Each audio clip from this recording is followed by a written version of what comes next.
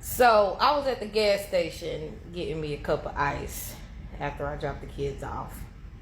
And I seen this Bible. Well, not Bible, but it's a book. And it says the story of Jesus. I asked the lady, was it free? She said, yes, it was free. So I got my earphones on and I didn't really, hear the lady that was behind me and what she said, but I kind of read her lips a little bit and I took my earphones off. I said, were you talking to me? And she just looked at me. I said, well, I thought you was talking to me. I apologize. She said, well, I was. I said, well, what did you say?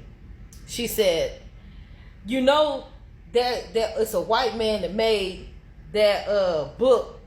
It's a white man that made the Bible or something like that. And I was like, well, you have to understand something. Let me tell y'all something. Somebody come at y'all talking about this white black thing, that's only in America. That's only in the United States of America. You leave out of here, you go to Africa, you go to anywhere else, they go off nationalities, not white and black. But when they come over here, they respect the white and black thing because they recognize something within it, blah, blah, blah, blah. But for us Americans, I want to let y'all know y'all need to let that go. Now, when you talking about, this book may have been created by a Caucasian. Okay. Whatever. That still don't keep me from being hungry for learning more about Jesus Christ. Okay. That still don't stop me from loving Jesus Christ. That don't put no damper in me being curious about more of the miracles of Jesus Christ. And the title on it says the story of Jesus Christ.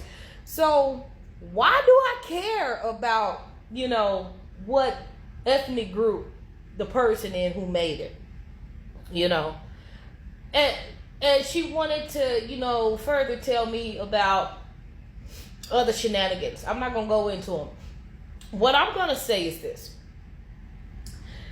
If you believe in the Bible, then you know the story of Adam and Eve. If you know the story of Adam and Eve, then understand something about this. Adam and Eve was told not to eat off of a forbidden tree that grew forbidden fruit. But Eve was manipulated into it by the adversary who came in the form of a serpent, which was a snake. And the adversary told Eve that Eve gave the adversary her ear gate that you're supposed to protect, but she didn't. He got in her ear. He said, well, the Lord said, if you eat of this tree, you should surely die. And, it made her curious about things. But all in all, she decided that what the serpent was saying was interesting. So she took a bite of the fruit. And she realized that she was not dead. But she did not realize that she was spiritually dead. Now, the knowledge that the serpent gave her was forbidden. Because the serpent itself was teaching her about the fruit that was on the forbidden tree, the forbidden fruit, and what eating of that would do. That it wouldn't kill her. Well, anybody know about life and death? Anybody know about death in itself? All death don't mean physical death. What she had was a spiritual death.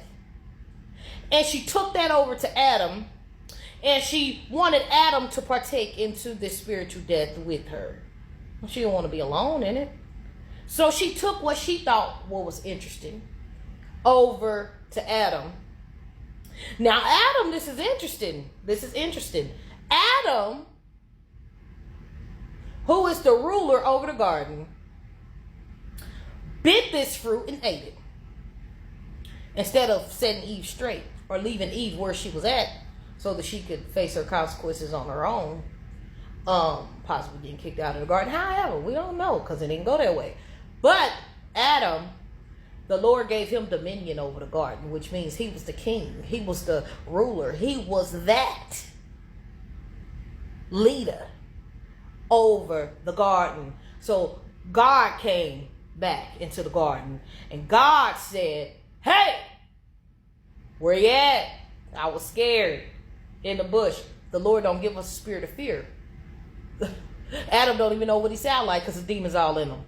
You know, and they were him and Eve was being possessed and haunted by so many different spirits at that point that they done created them clothes. They feel naked without the Lord. All of this. When the Lord showed back up, they displayed all the tricks of the adversary. And they displayed it out of their mouths. You know. So Adam said, the Lord said to Adam, so you ate of the tree. Because the Lord already know what happened. Because how you speak and how you're talking. The Lord already know that you done went against the rules that I gave you in the garden. The Lord didn't go to Eve and say, Eve, what you do wrong? You know, the Lord went to the one he gave dominion over the garden, which was Adam. And Adam said to the Most High God, it was the woman that you gave unto me. She gave me the fruit and I ate of it. God said, woman, and the woman said, serpent. So God cursed the serpent for fooling the woman, and then served the woman and the man their punishment together. So, to this day, because I said all of that to say this, to this day, we are experiencing people that want to continuously get in your ear about the forbidden knowledge. Let's get up off the forbidden fruit. Because at this point, y'all are still spewing out the serpent's information. Nobody said anything about me wanting to know about who made the book. But she decided to volunteer that information. But see, I had my earphones on. Now, I took my earphones off, not to be rude, because this was an older lady. I respect my elders as the Lord said we should. I didn't want her to think that I was just ignoring her. You get what I'm saying? So, I took my earphones off, asked her, were you speaking to me? She looked at me, and I thought you were saying something to me. I was. Oh, okay. What did you say? And the things that she said was basically what the serpent said to Eve. Something to try and confuse her and deceive her. And I told the lady the same thing I just said. That, what you are giving me, is forbidden knowledge. Us as Americans got so many options, like a kid in an ice cream shop or a candy store. You don't know what to choose from. But if you decide to give your life over to Jesus, trust that the Bible is the true word of God, inspired by the Spirit that moves through every individual who was chosen in order to write the Bible. Every page and every letter that went into it was inspired by the word of the Lord. And you would know that if you took time to get into the Bible. So stop giving information that the serpent, the adversary, is confusing you with. And you spreading the work of the adversary instead of being a vessel for the Lord.